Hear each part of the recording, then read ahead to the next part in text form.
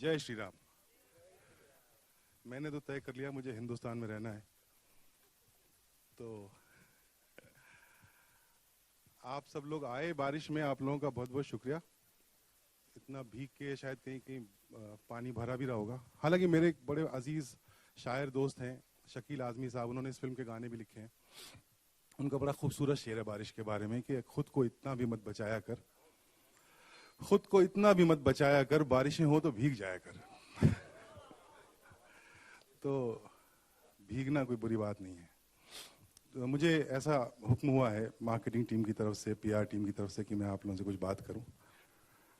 मैं जब पैदा हुआ तो ये मुल्क 18 साल का छरहरा जवान था 1965 में।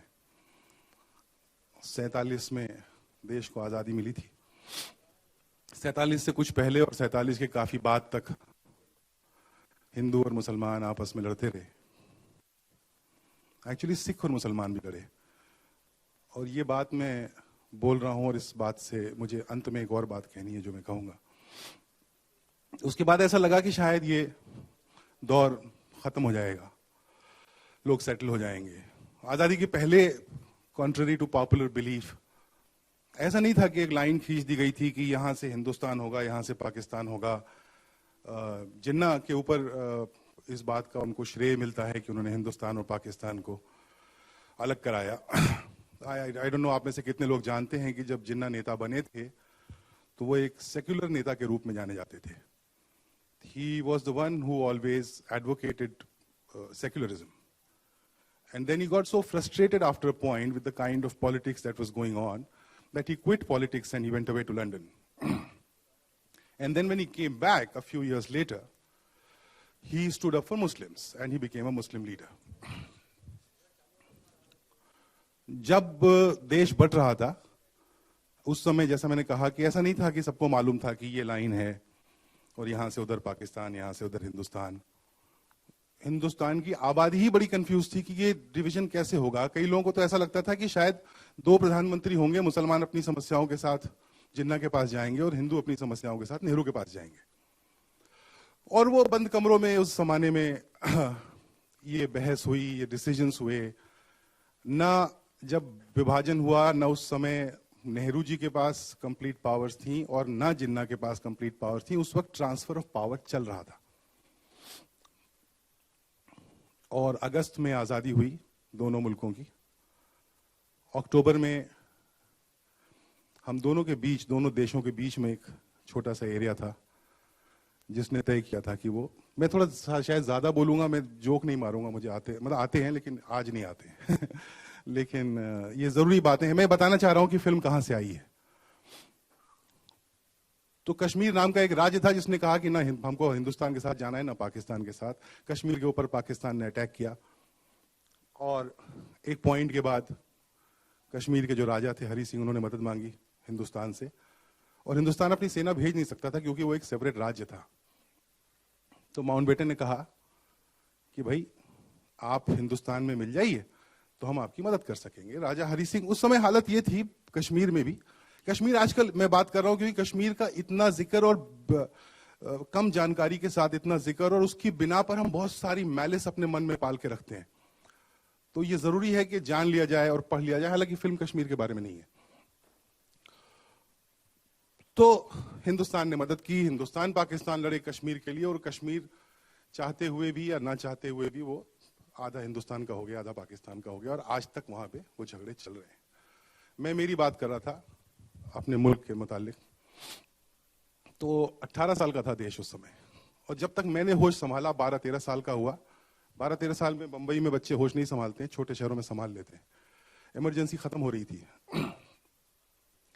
और 77 से लेके 82 तक मैं बनारस में रहा। और उस जमाने में हिंदू मुस्लिम राइट्स एनुअल फीचर होते थे। हर साल एक दौर आता था, जब महीना डेढ़ महीना बनारस, इलाहाबाद, लखनऊ उतना नहीं, मेरठ, मुरादाबाद, इन जगहों पे राइट्स हुआ करते थे।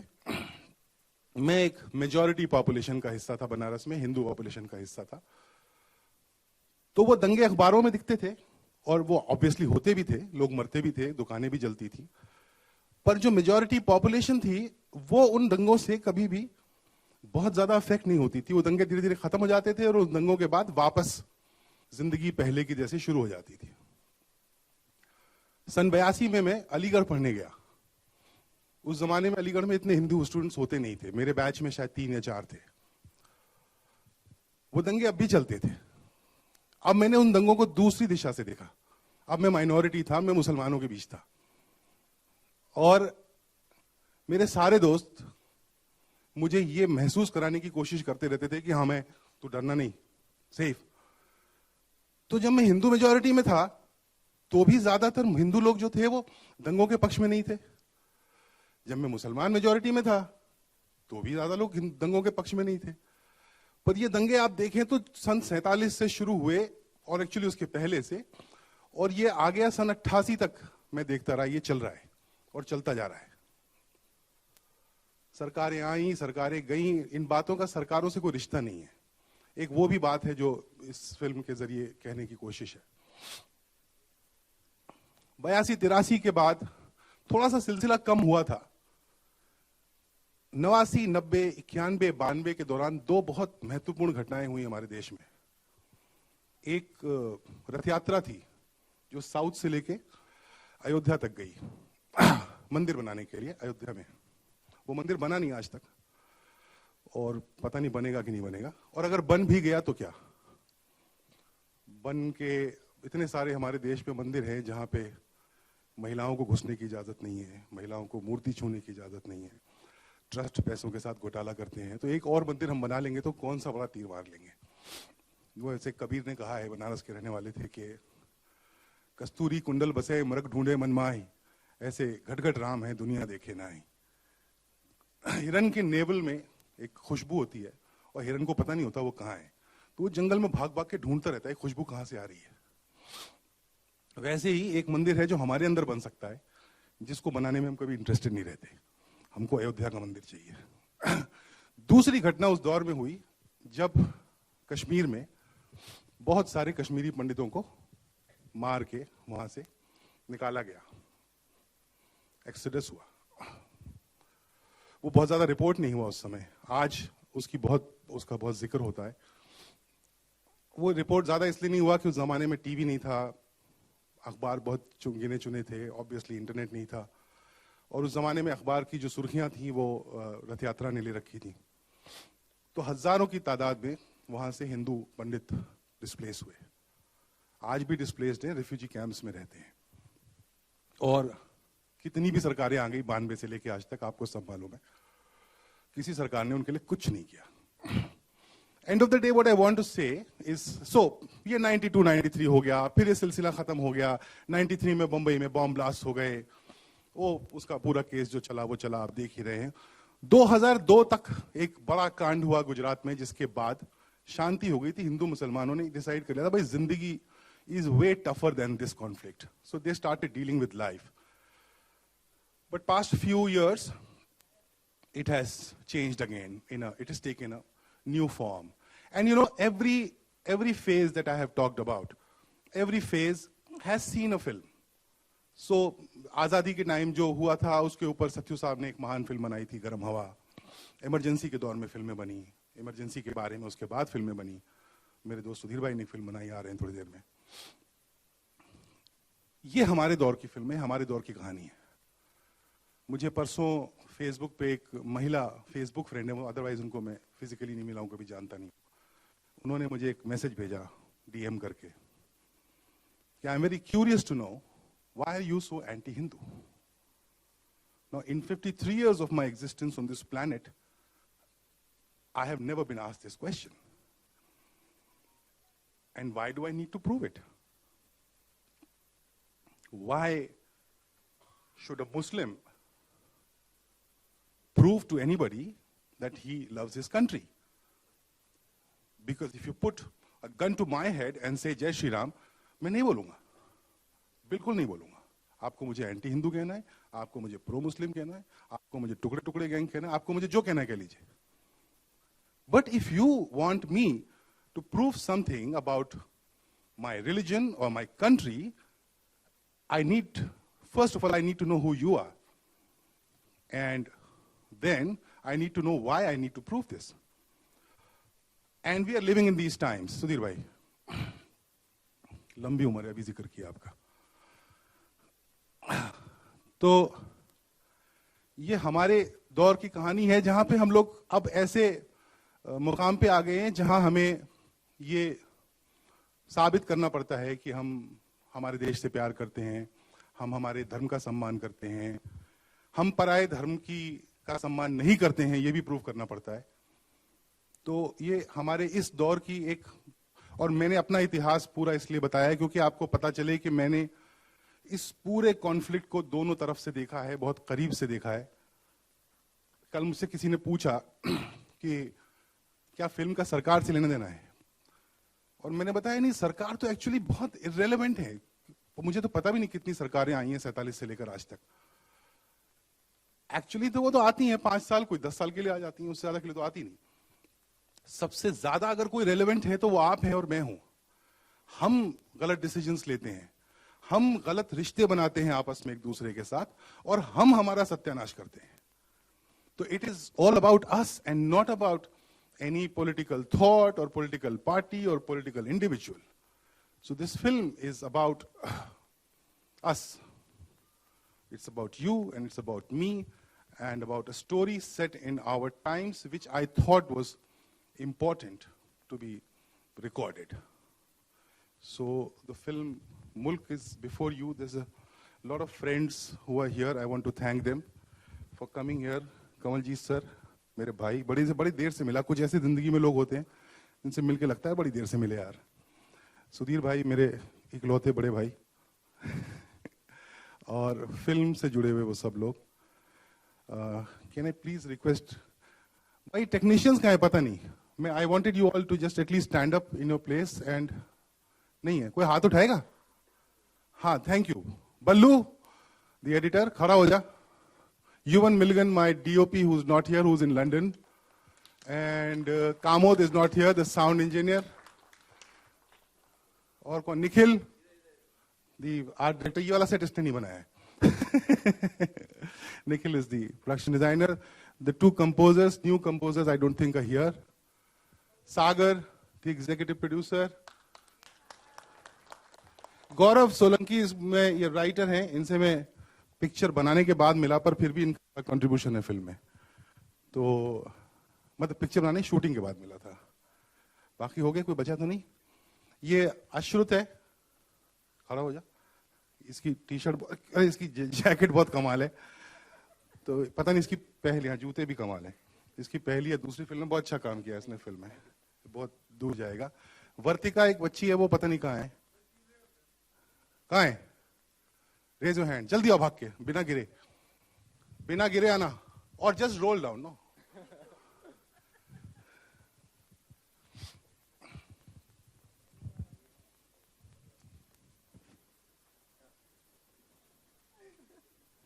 ये वर्तिका ने भी बहुत अच्छा काम किया फिल्म में.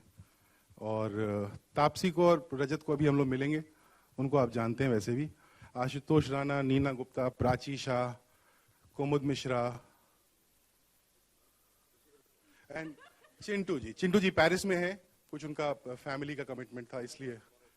मनोज पावा वो लंदन में है. मेरे सारे एक्टर जो मेरे साथ काम करता है वो विदेश घूम. आजकल मैंने विदेश में पिक्चर बनाना बंद कर दिया है. मेरे एक्टर्स विदेश घूमते रहते हैं. तापसी भी कल रात को ग्लासगो से आई है. तो मुल्क का ट्रेलर देखते हैं और फिर आप लोग बताएं कैसा लगा. फिर मैं, तापसी और रजत आपको यहाँ मिलेंगे. मुझे आदेश है कि यहाँ कहीं हम लोग बैठेंगे, तो फिर आपसे बात करेंगे. वैसे मुझे, तापसी को, ऋषि जी को, सबको एक दूसरे के साथ काम करके बड़ा अच्छा लगा. तो इस विषय पे कोई बातचीत नहीं करेंगे आज. ओके, सो ट्रेलर 2 बार चलाया जाएगा, देखें आप. आशा करता हूं दोनों बार आपको अच्छा लगेगा. बैठिए. All the way standing strong right behind me. Thank you. और Aniruddh, costume designer, him and his wife. ये कलीम भाई खड़े हो जाइए। कलीम भाई ने मुझे मेरी स्क्रिप्ट के पीछे खड़े रहे कि ये बननी है पिक्चर। दुबे जी जिन्होंने वो मेड श्योर के मैं ज्यादा पैसे खर्च ना करूं। Thank you. कोई छूट गया हो तो माफी चाहता हूं, प्यार सबको करता हूं मैं ज्यादातर। कैन आई रिक्वेस्ट डी भाई, दीपक भाई, Rajat and Tapsi to join me on stage here, please. तो वो इधर से आ रही है, आप इधर से आ जाओ।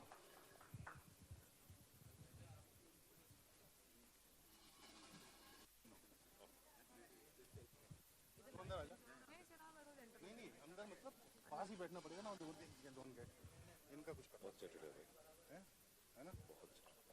ये क्या करूं? नीचे मत रखो, नहीं तो कांड हो जाएगा। वहां रख दो। हाँ, नीचे रखोगे तो अलग खबर है। जय श्री राम।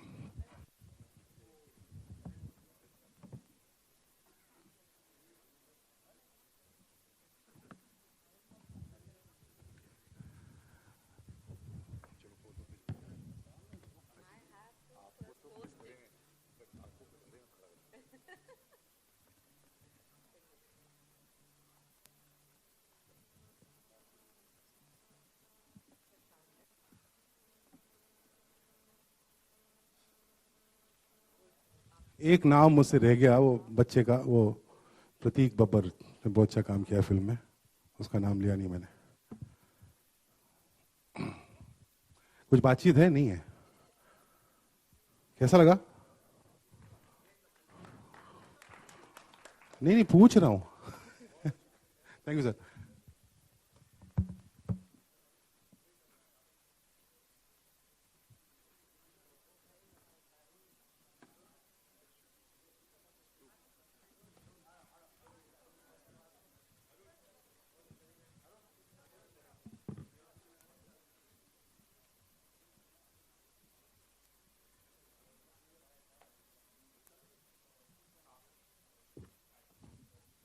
Hello hi. हाँ मतलब मुझे तो सुनाई दे रहा है। ये दे दो उधर। हो गया। अरे ये माइक पहुंचा दो उधर।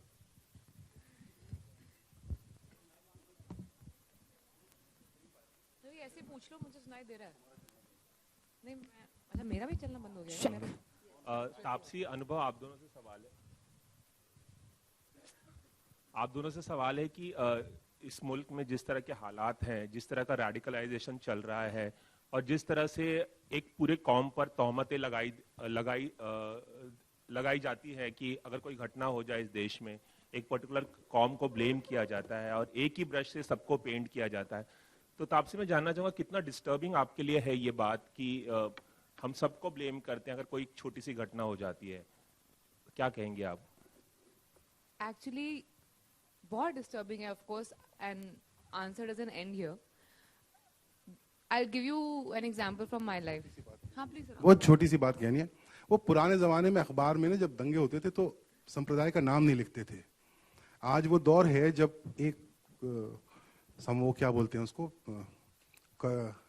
स्पोक्स पर्सन, वो टीवी पे मुल्ला शब्द का इस्तेमाल करता है, मैं नाम नहीं लूंगा, प्रवक्ता, राष्ट्रीय प्रवक्ता एक राजनीतिक पार्टी के। तो आज जब हम बात कर रहे हैं ना, तो आप पर्दा खत्म हो चुका है, वो पर्दा उठा के बात कीजिए, किस कौम की बात कर रहे हैं आप?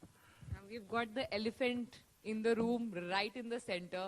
So let's see the elephant and talk about it. Islamic terrorism की बात होती है, कोई घटना होती है तो पूरे कौम को ब्लेम किया जाता है, कहा जाता है पाकिस्तान चले जाओ, इस तरह की बातें होती है। तो ये बातें आप लोगों के लिए, क्योंकि फिल्म का प्रीमाइस भी वही है, तो ये बातें आप लोगों के लिए कितनी डिस्टर्बिंग है अगर रोजाना हम अखबारों में पढ़ते हैं कि इस तरह की घटनाएं हो रही हैं और इस तरह की बातें हो रही हैं?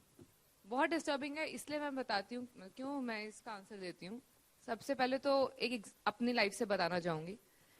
My manager is a Muslim. My driver is a Muslim. My house help is a Muslim. अगर मेरे को disturbing feel होना हुआ कि इन सब लोगों की प्रेजेंस में, तो आई थिंक मैं तो बहुत ही डिस्टर्ब रहूंगी दिन रात, क्योंकि my life is run by them. So it was very disturbing to realize that this is how a particular religion is targeted. So एक तरह से मेरे को disturbing था, क्योंकि ये लोग literally मेरी life का एक मतलब inseparable हिस्सा है. तो मेरे लिए बहुत डिस्टर्बिंग था ये चीज, इसलिए शायद ये एक बहुत बड़ा रीजन था मेरा फिल्म करने का, कि अगर किसी को खड़ा होना चाहिए तो शायद I think I would love to take the responsibility. तो ये जो दहशत है, जो डिस्टर्बेंस है जो मेरे दिमाग में थी, ये उसको वेंट आउट करने का तरीका था ये फिल्म करना. सो इतना डिस्टर्बिंग था मेरे लिए. अनुभव, आप क्या कहना? मैंने जैसा बताया, मेरे लिए तो इतना डिस्टर्बिंग था कि मुझे लगा कि फिल्म बनाई जाए. To begin with, it sounded a bit like Against the Tide, but today the kind of response has become such a cliched word. The kind of comments people are giving is so good that I'm happy that I made it. And yes, it disturbs me a lot. And it's not only about Hindu-Muslim, like I said. You know, we've had these clashes among. It's such a diverse country. It's such a big country.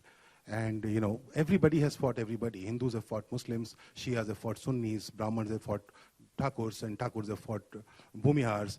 So it goes on in this country. And, you know, one thing that I could not complete when I just slipped it, I slipped my mind. I mentioned Sikhs. Sikh community का भी हिंदुओं से भी झगड़ा हुआ, मुसलमानों से भी झगड़ा हुआ उन सारे दौरों में. लेकिन वो एक ऐसी कम्युनिटी थी है जिसने उन सब बुरे इंसिडेंट्स के बाद सर नीचे झुकाया और बोला खुशी ढूंढनी है.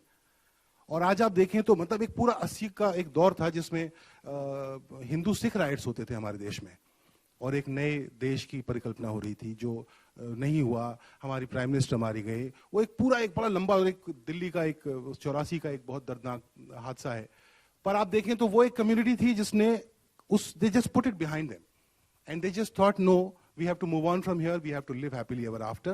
They work hard, they enjoy life, they do what they do. I think other communities need to learn from them and understand that, okay, it's a diverse country, we had a fight, some unfortunate incidents, some tragic deaths, but we must move on. And this is something that we don't do. And then we keep blaming it on political parties and their divisive politics and blah, blah, blah. But end of the day, it's us who get divided. So we, as the citizens of this mulk, need to recognize that and correct it. एक सवाल और मैं चाहूंगा reserve service का answer दे. तापसी, अनुभव, सभी इसका answer दें कि 4 साल पहले राइट विंग की सरकार केंद्र में आई. उसके बाद बहुत सारी ऐसी तमाम घटनाएं हुई हैं हमारे देश में, बीफ को लेकर हो, चाहे लिंचिंग, मॉब लिंचिंग हो किसी भी मसले पर. क्या आपको लगता है कि कम्युनल जो हार्मनी है वो ज्यादा डिस्टर्ब हुई है इन 4 सालों में, बीजेपी की सरकार आने के बाद, राइट विंग सरकार आने के बाद? आप लोगों को क्या लगता है तीनों को?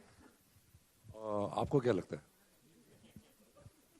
नहीं, मैं आप लोगों नहीं, आप भी बताइए ना, आपका भी कुछ क्या लगता है आपको? नहीं, मैं सवाल पूछ रहा, आप लोग जवाब. नहीं, मैं बता दूंगा, जवाब दूंगा, आप बताइए. लेकिन लगता है आपको ऐसा हो रहा है? बहुत दिया है जवाब फिल्म में इसका. बहुत डिस्टर्बिंग माहौल तो है जी, डिस्टर्बिंग माहौल तो चल रहा है देश में. जी, डिस्टर्बिंग, करेक्ट, बिल्कुल सही कह रहे हैं आप, बिल्कुल सही कह रहे हैं आप लोग. तापसी, अनुभव? हाँ, मतलब मैं तो जैसा कहा, मुझे जो कहना था मैं ट्विटर पे लिखता रहता था यार, झगड़े करता रहता था, फिर गालियां सुनता था, फिर वो घर तक पहुंच जाते थे, मेरे बाप तक पहुंच गया एक आदमी, मेरी माँ तक पहुंच गया. तो मैंने कहा इसका तो कोई तो फायदा नहीं है, मैं यहाँ पे इसको क्यों जवाब दे रहा हूँ. थैंकफुली मेरे पास एक माध्यम है जहां से मैं देश के लाखों लोगों को एक साथ एड्रेस कर सकता हूँ. तो एक कहानी सोची और सोच के सबसे पहले सुधीर भाई के ऑफिस गया, भाग के उनको सुनाई. मैंने कहा बना दूं ये पिक्चर, तो उन्होंने कहा फौरन बना दो. तो मेरे को जो कहना था वो फिल्म में कहा है मैंने. आपके सारे सवालों का जवाब मैं क्या सोचता हूँ, हर सवाल का जवाब होता नहीं एक्चुअली. कुछ तो सवाल ही हो जाए बहुत बड़ी बात है, तो कम से कम सवाल मिलेंगे आपको, जवाब तो हमारे होंगे, कुछ जवाब भी मिले शायद. तापसी कुछ? देखिए, जैसे सर ने अपनी ओपनिंग स्पीच में कहा था, ये मुद्दा सरकार का नहीं है. सो ये उसके बियॉन्ड है, आपका और हमारा है. सो वही चीज एड्रेस करने की कोशिश करी है. और बाकी क्या कहना चाहूंगी, क्या फील करती हूँ, जो डायलॉग बोले हैं मैंने पिक्चर में, वो बहुत दिल से बोले हैं. आई होप वो आप लोगों तक पहुंचे, क्योंकि मेरे दिल से निकले आप तक जरूर पहुंचेंगे मुझे लग रहा है। तो उसके लिए 3 अगस्त का वेट कीजिए, हम सबका आंसर आपको पिक्चर में सुनाई देगा बहुत जोर से। आखिरी छोटा सा सवाल, वकील का रोल निभाना आपके लिए कितना आसान या कितना मुश्किल था, किस तरह की प्रिपरेशन आपने थी? एक तो एक वकील थे सारे टाइम सेट पे हमारी हेल्प करने के लिए कि कुछ गलत ना करें, कुछ मतलब जो भी नॉर्म्स होते हैं, रूल्स होते हैं, उनको फॉलो करें। दूसरा डिफिकल्ट इसलिए था कि मैं ना बहुत ही ज्यादा मंजे हुए एक्टर्स के बीच में खड़ी थी। मेरे को कभी भी इंटिमिडेटिंग फीलिंग जो होती है वो किसी बड़े स्टार से नहीं आती है, वो बहुत जबरदस्त एक्टर्स से आती है। Specially one is sitting right there, and मेरा इनके साथ एक सीन भी है code everybody knows who I mean. And then we have Ashutosh Rana in the film. We have Chintu sir. We have Neena Gupta. I'm sure I don't have to name them anymore. You have seen them. तो मेरे लिए बहुत intimidating था 5 live cameras के बीच में खड़े होना, इन सब एक्टर्स के साथ वो सीन्स करना, एक एक टेक में पूरा सेशन कंडक्ट करना. It was extremely challenging and intimidating for me. This is the most intimidating character or a setup that I have worked in, because I have not worked with such brilliant actors, multiple actors together in one frame in one go. So it is the most intimidating role for me actually. सुंदर जी आपके left में. हाय. Thank you. सुंदर जी, सवाल ये है कि आप एक वकील का कैरेक्टर कर रही हैं. हिंदी सिनेमा में हमें ढेरों सारे वकील देखने को मिले हैं. लाइक पिंक में हमने अमिताभ बच्चन जी को देखा, एंड अक्षय कुमार जी से लेकर गोविंदा एंड सनी देओल, करीना कपूर को देखा. हाँ जी, हाँ जी. तो मैं आपसे जानना चाहूंगा कि सिनेमा घरों में सबसे ज्यादा वो ऐसा कौन सा वकील है जिनसे आप बहुत ही इंस्पायर्ड है, या आपने सोचा कि इस तरह का मुझे करना है? मैं आशुतोष जी को हमने देखा. हाँ, तो वो तो सामने ही थे मेरे, तो वो तो मतलब मेरे को बहुत डर लग रहा था वहां से. तो बट उनको देख के सीखना, वो उनकी यार हिंदी बहुत जबरदस्त है यार. मतलब आई वाज सो इंटिमिडेटेड. एक मुझे याद है, बहुत लंबा डायलॉग है मेरा जो मैं अभी नहीं बोलूंगी. वो एकदम शुद्ध हिंदी में मुझे उनको रिप्लाई करना था, एंड उसके लिए मैं इतनी स्ट्रेस में थी वो प्रिपरेशन के दौरान. खैर, आपके क्वेश्चन का आंसर करने के लिए लॉयर, मैंने एक पिक्चर करी है जो एक तरह से बेंचमार्क बन चुकी है कोर्ट रूम ड्रामास के लिए, pink. So I think the biggest inspiration or probably the benchmark that I had was Mr. Bachchan. So if I have reached anywhere around it also, little bit also, I think I'll be successful. So, वो. Thank you. अनुभव sir, मेरा question sir आपसे है. Sir, जैसा कि अभी आपने थोड़ी देर पहले कहा, आप हिंदू मेजॉरिटी में थे, तो हिंदू बोलते थे कि वो हिंदू के मतलब वो नहीं चाहते कि दंगे फसाद हो. आप मुस्लिम मेजॉरिटी में थे, तो मुस्लिम नहीं चाहते थे कि दंगे फसाद हो. तो सर, इस माहौल में रहकर आपको इस मूवी को बनाते वक्त क्या मुश्किलें आई? क्योंकि जो ये माहौल चल रहा है, इसमें ये मूवी को बनाना, लोगों का सपोर्ट होना भी बहुत जरूरी था. तो सर, किन किन मुश्किलों को आपने फेस किया मूवी को बनाते वक्त? मूवी बनाते वक्त कोई मुश्किल फेस नहीं की. हम लोगों ने लखनऊ शहर में तरह तरह के मोहल्लों में शूट किया. वो जो दीवार आपने देखी जिसपे लिखा था गो टू पाकिस्तान, वो एक मुसलमान मोहल्ले में शूट किया है, और वो 3-4 दिन तक वो इबारत उस दीवार पे लिखी हुई थी. उसी मोहल्ले में हमने जो जागरण का एक छोटा सा शॉट्स आपने 2-3 देखे होंगे, वो वहाँ शूट किए. उसको शूट करते करते थोड़ी देर हो गई थी, तो जो एक्स्ट्रास थे वो बॉम्बे की तरह प्रोफेशनल नहीं है, तो चले गए थे, कम हो गए थे. तो उस मोहल्ले के जितने मुसलमान लोग थे, उन्होंने कहा हम आ जाते. तो मैंने कहा भाई जगराता शूट कर रहे हैं, तो थोड़ा सा माथे पे वो सब बांधना पड़ेगा. और सब बोले हम करेंगे ना, क्या प्रॉब्लम है. हाँ, लखनऊ की बहुत तारीफ है सर. तो वो जो आप जितनी भीड़ देख रहे हैं वो मुसलमान लोग हैं. 90% मुसलमान लोग हैं जो माथे पे वो कपड़ा बांध के और तालियां बजा रहे हैं, और वो सब तो भजन बज रहा था, उसके साथ गा भी रहे थे. तो बनाने में कोई समस्या नहीं हुई. और जहां तक बाकी सपोर्ट का सवाल है, आई एम एन ऑप्टिमिस्ट. मेरा ऐसा मानना है कि एक इंक्लूसिव समाज को चाहने वाले लोगों की मेजॉरिटी है इस देश में. वो बोलते कम है, और ये हमेशा वो हिंदी में कहावत है कि थोथा चवा चना बाजे घना. तो जो कम लोग होते हैं वो हमेशा ज्यादा बोलते हैं. ये परंपरा है, दुनिया की परंपरा है. तो जो अच्छा आदमी होता है वो चुप रहता है. उसको आप किसी गलत सिचुएशन में डालिए तो चुपचाप निकल जाता है वहां से. तो हम लोग ये देश उस मेजॉरिटी को बिलोंग करता है, और वो दिखाई देगा हम सबको. Hi, sir, Shivangi this side एक from Aaj एक Tak. क्वेश्चन और On your sir left. Sir जैसा कि हिंदू मुस्लिम के दंगे फसाद आए दिन से हमारे देश में होते रहते हैं, तो सर क्या आपकी इस मूवी में हमें वो देखने के लिए मिलेगा जैसा कि माहौल बना रहता है? सॉरी से अगेन प्लीज। जैसा कि हमारे देश में सर हर साल 1.5 साल 2 साल एक दंगे फसाद होते रहते हैं हिंदू मुस्लिम के, तो सर क्या आपकी मूवी में हिंदू मुस्लिम के दंगे फसाद देखने के लिए हमको मिलेंगे? अब एक्चुअली दंगे फसाद नहीं हो रहे हैं, अब वो उसकी शक्ल थोड़ी चेंज हो गई है। तो उसका मतलब वो फिल्म के बारे में मैं ज्यादा नहीं बोलना चाहूंगा, मैं चाहूंगा कि आप लोग देखें। लेकिन हाँ, ऐसी ही एक समस्या से पूरी फिल्म डील करती है जो आपको जिसके ऊपर बातचीत है, और ऐसी बहुत सारी बातचीत जो हम पब्लिक डोमेन में नहीं करते हैं, हम उससे कतराते हैं, उससे शर्माते हैं, घबराते हैं। वो बातें मेज पर रखने की कोशिश की गई है। हर सवाल का जवाब देना संभव नहीं है, लेकिन किसी भी समाज में या राजनीतिक समाज में या सोशल समाज में जरूरी है कि सही सवाल पूछे जाएं। तो फिल्म का प्रयास ये है कि वो सही सवाल पूछती है। Thank you sir. नमस्ते। ऑन योर लेफ्ट, मेरा सवाल आपसे है अनुभव। हम उस दौर की बात कर रहे हैं जब एक अखबार पढ़ के हम कह सकते हैं कि लोगों को पता चलता था कि दंगे हो रहे हैं, नहीं हो रहे हैं। आज के इस दौर में एक व्हाट्सएप मैसेज से हम देखते हैं मॉब लिंचिंग हो जाती है, भीड़ जो है वो हत्यारी हो जाती है, चाहे वो दलित हो, चाहे वो हिंदू हो, चाहे वो मुस्लिम हो।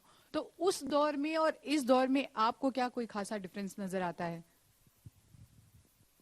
हाँ, मतलब आसान हो गया है समाज के फाइबर को नुकसान पहुंचाना, और मुझे तो लगता है आने वाले समय में शायद हम लोग वोटिंग भी व्हाट्सएप पर ही करेंगे। तो ऐसे हम लोग अपने व्हाट्सएप से डाल दिया करेंगे, आधार कार्ड से लिंक कर देंगे वो व्हाट्सएप को, और व्हाट्सएप पे ये भी, आधार कार्ड में ये भी लिंक करना पड़ेगा कि आप एंटी हिंदू हैं, क्या अपना धर्म लिखिए, और किसके एंटी हैं वो भी लिखिए। और तापसी और अनुभव, आप दोनों से ये सवाल है, आप दोनों काफी एक्टिव रहते हैं सोशल मीडिया पर। नुकसान ज्यादा लगता है इस देश में सोशल मीडिया का, या फायदे ज्यादा लग रहे हैं? मेरे को दोनों लगते हैं। अगर सोशल मीडिया नहीं होता, ये भी समझ में नहीं आता कि लोग मुझे कितना पसंद कर रहे हैं, कितना नहीं कर रहे हैं। क्योंकि बॉक्स ऑफिस कलेक्शन तो और मोर देन वन रीजंस की वजह से होती है, सिर्फ एक एक्टर की वजह से नहीं होती। और नुकसान भी ये होता है क्योंकि I am easily available now for people to abuse, but that's okay. मेरे को कभी कभी हंसने का मौका मिल जाता है, लोगों को हंसाने का मौका मिल जाता है रिप्लाई करके उन्हें, क्योंकि मैं वो आई फॉर एन आई पे बिलीव नहीं रखती हूँ। तो मेरे आंसर यूजली जो सारे ट्रोल्स को होते हैं वो बड़े आई बिलीव फनी होते हैं, पता नहीं आपको लगते हैं कि नहीं। तो मेरे को कभी कभी अपना सरकास्टिक ह्यूमर डिस्प्ले करने का मौका मिल जाता है, तो मैं इस तरीके से अपना सोशल मीडिया यूज करती हूँ। अनुभव? I think same goes for social media बंद कर देना चाहिए। आदमी को अपने साथ ज्यादा वक्त मिलेगा, मैं और रजत थोड़ा ज्यादा मिलेंगे।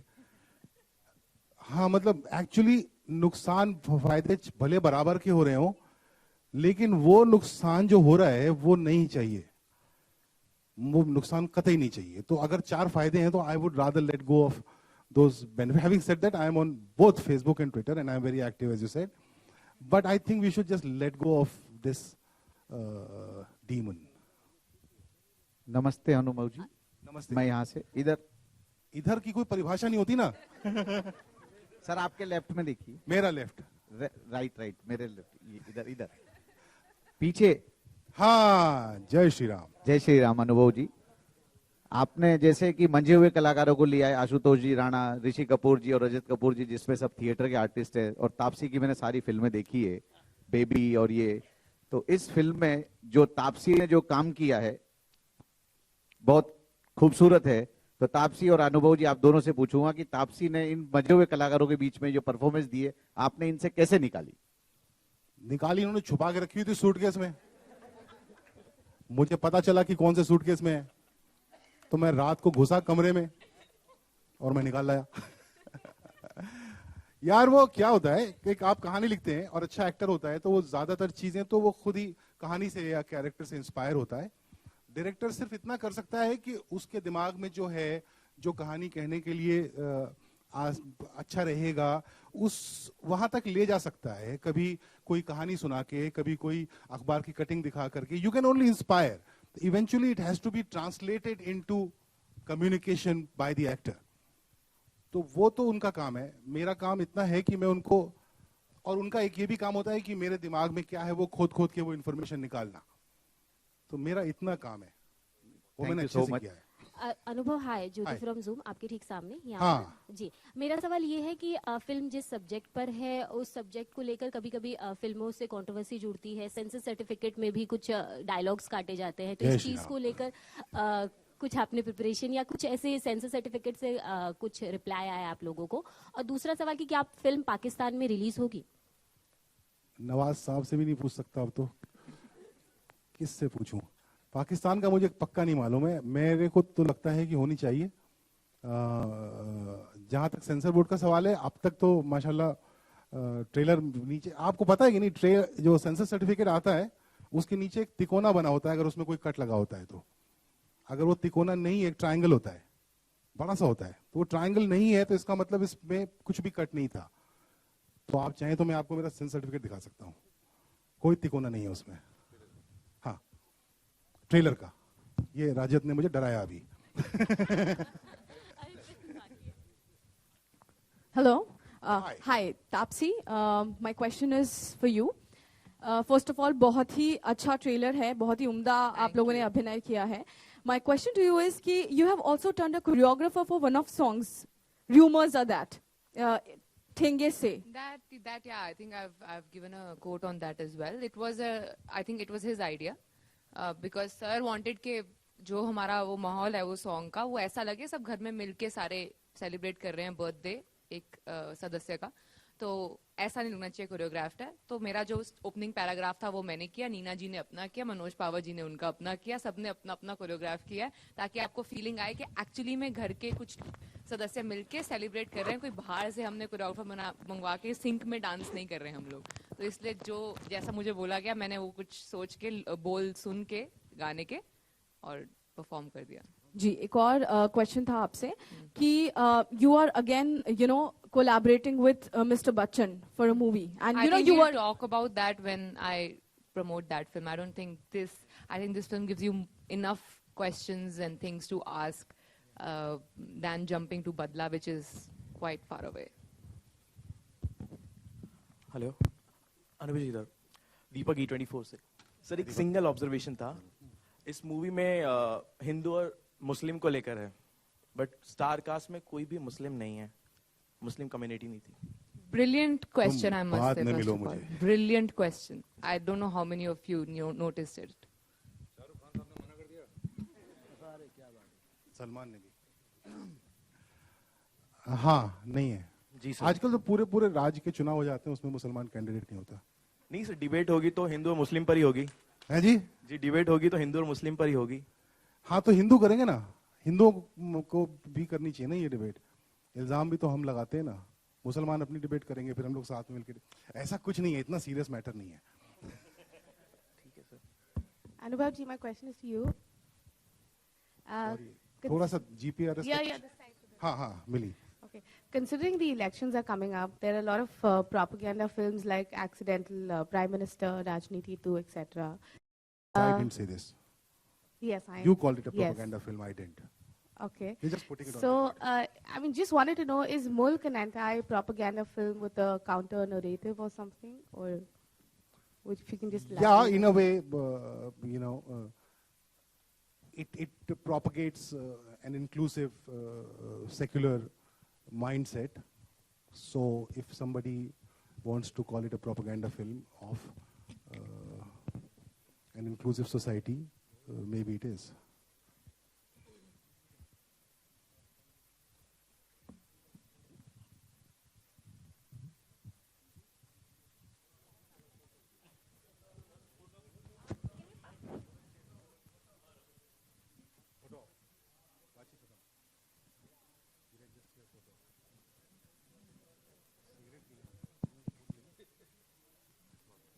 Hello.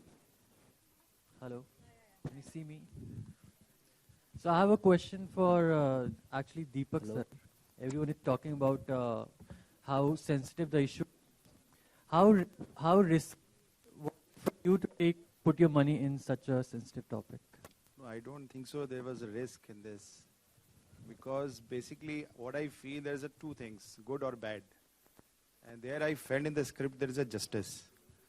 So basically this is what I admired and I put in the money in this. So I don't think so there is a risk in this. Yeah. Thank you. Hello hello sir, मेरा सवाल आपसे है। हाँ sir, मैं ये पूछना चाहूँगा, आपने कहा कि मैं हिंदू कॉलोनी में रहा और तो व्हाई द मुस्लिम, क्यों मुस्लिम? Quiet please, don't get violent. Don't get violent. हाँ. सर आपको क्यों आप मुस्लिम कॉलोनी में भी रहे, तो आपको क्या लगता है कि मुस्लिम जो नौजवान है व्हाई दे चूज टेररिज्म? आपको क्यों लगता है वो उस फील्ड में जा रहे हैं, क्यों वो भटक रहे हैं? सर आपको क्यों लगता है कि जो मुस्लिम जो नौजवान है वो क्यों भटक रहे हैं, वो why they are choosing terrorism? आपको क्यों लगता है? कल हिजबुल मुजाहिदीन ने एक ट्वीट किया है जहां पर उसने 12 मिलिटेंट उन्होंने फोटो दिए, क्योंकि कल बुरहान वानी का भी था 1 ईयर। तो why you think that the Muslim are joining terrorism? News पढ़ते हैं आप? टीवी देखते हैं? यस। नहीं देखते? देखते हूँ सर। कल आपके देश के 2 मंत्रियों ने दंगा करने वाले हिंदुओं को फेलिसिटेट किया, पढ़ा आपने? सवाल का जवाब खत्म।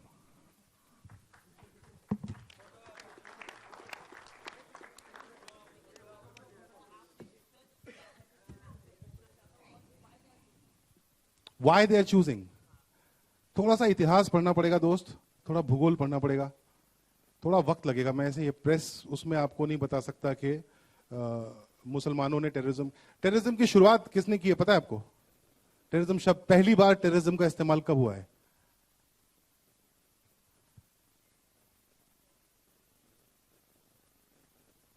बताइए ना। टेररिज्म की पहले आपकी जानकारी के लिए इतना बता दे रहा हूं कि टेररिज्म की शुरुआत मुसलमानों ने नहीं की है। पता है आपको? इतिहास पढ़िए।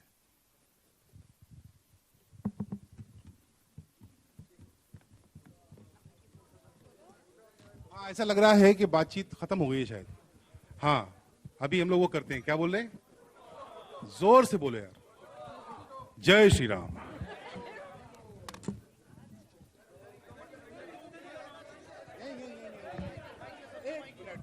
शांति शांति, don't behave like Bajrang Dal.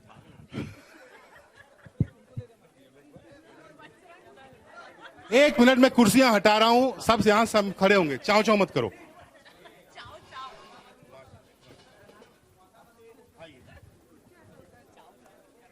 चलो फोटो आप। अच्छा धीरे धीरे करके बता देना किसको किसको निकलना है, वो निकलते जाएंगे, बेइज्जती मत करना।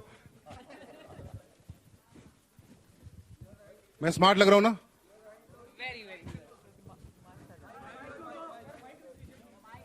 माइक रख दिया, अब क्या करूं? हाँ, एक साथ 2 जगह नहीं देख सकते, उधर देखने दो ना। एक यहाँ से शुरू करके ओके सर, यहाँ आ रहा हूं।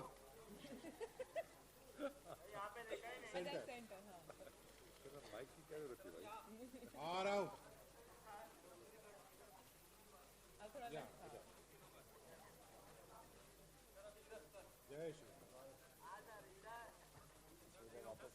Thank you for coming. हाँ, अभी क्या करने का है? हम तीनों, प्रोड्यूसर नहीं चाहिए। Okay sir, sorry.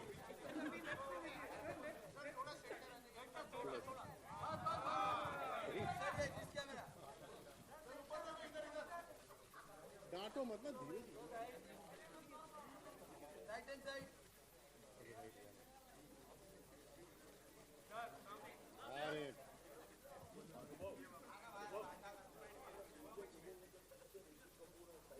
क्या करूं? लाइट कम कर दे। अच्छा मैं हट जाता हूं। अच्छा मैं आ जाता हूं, तो खींच नहीं रहा। चलो चलिए, thank you for coming, love you. Taapsee Taapsee Taapsee खोलो।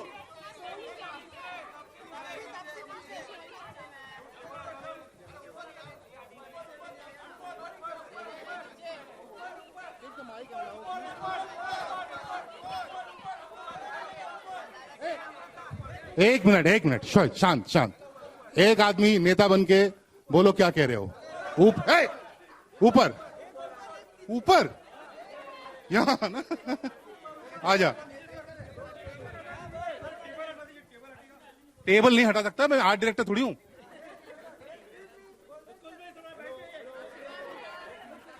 ये चाव चाव मत करो ना यार, साइलेंस।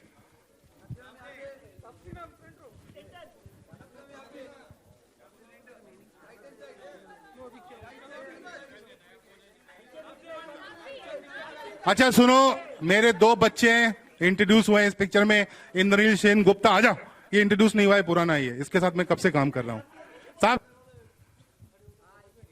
ये भी छापना।